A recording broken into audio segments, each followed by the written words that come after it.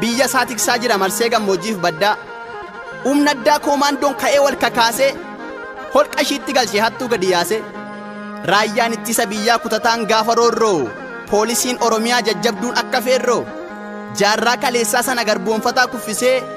dachee Itoophiyaatti bilisummaa uffise gola Itoophiyaa keessa ashirtuuf taxxuuf hariyee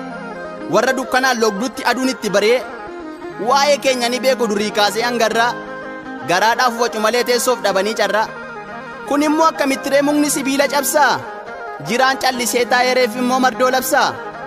sirna kaleessa kufe kaasanii dhaabuuf yaaluuni qe'ee ormaa keessatti akka abbaatti of ilaaluun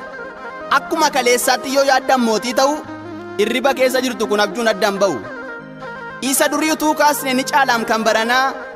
madaa meeqa soobaan nu callisne mi'a jarana waan meeqa saamaa turteem dachee Oromoo irraa ammas kan ishiin kaattuuf galmicha beeknee jirra Oromiyaa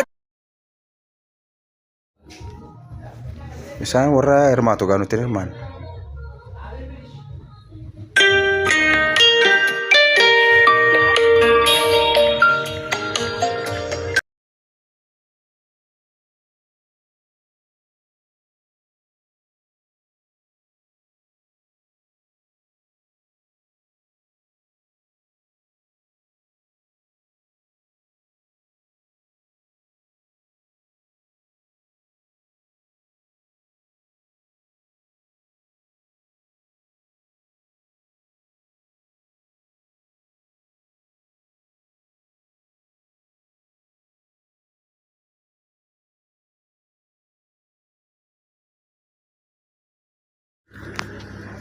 ህገወጥ ትሰራላችሁ እናንተ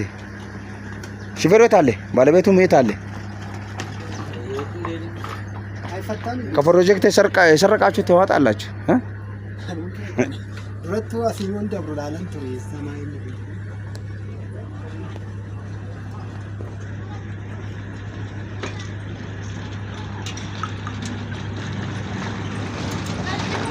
ሽፈሮ ከአዲስ አበባ ነው መጣ ህጋዊ ነው ወረቀት አለው አምጣ ወረቀት ካለ ህጋዊ ሆነ ለምን ፈራላ ተጠቅመህ እኮ ነው መጣ ስለሌለ እኮ ነው ሰውዬ የት ነው ይመጣል ከተማ ነው መዘጋጃ ይዞ ነበር ይሄ መኪናው መዘጋጃ ይዞ ያስገባ ብዙ ዕቃ ጭነን እኮ ነው የመጣን የምን አበራውን አታውቀው የተበራ አበራ ምንድን ነው አበራማ አበራ ላይ አበራ